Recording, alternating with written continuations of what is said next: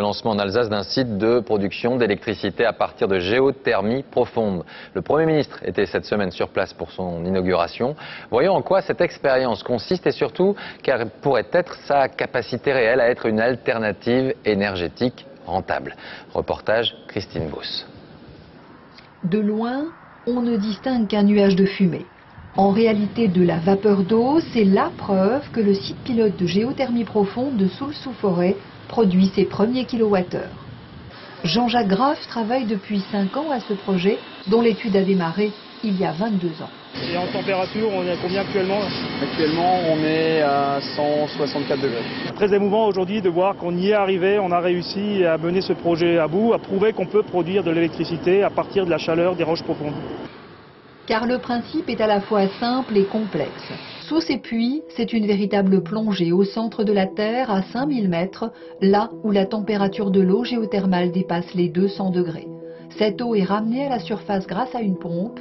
Une fois l'eau chaude remontée, on lui enlève ses calories transformées en électricité grâce à une turbine et un générateur qui injectent le courant dans le réseau. Une telle centrale géothermique n'est rentable qu'à certaines conditions.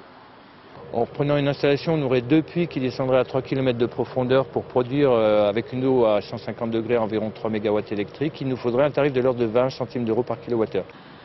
20 centimes au lieu de 12 centimes d'euros, prix auquel EDF rachète actuellement l'électricité géothermique. Le site pilote de Soultz-sous-Forêt est capable d'alimenter 1200 foyers. C'est peu, mais la source d'énergie est inépuisable. Découvrir Paris autrement, lancement en Alsace d'un site de production d'électricité à partir de géothermie profonde. Le Premier ministre était cette semaine sur place pour son inauguration. Voyons en quoi cette expérience consiste et surtout quelle pourrait être sa capacité réelle à être une alternative énergétique rentable. Reportage Christine Vos. De loin, on ne distingue qu'un nuage de fumée. En réalité, de la vapeur d'eau, c'est la preuve que le site pilote de géothermie profonde de Soultz-sous-Forêt produit ses premiers kilowattheures. Jean-Jacques Graff travaille depuis 5 ans à ce projet, dont l'étude a démarré il y a 22 ans. Et en température, on est à combien actuellement? Actuellement, on est à 164 degrés.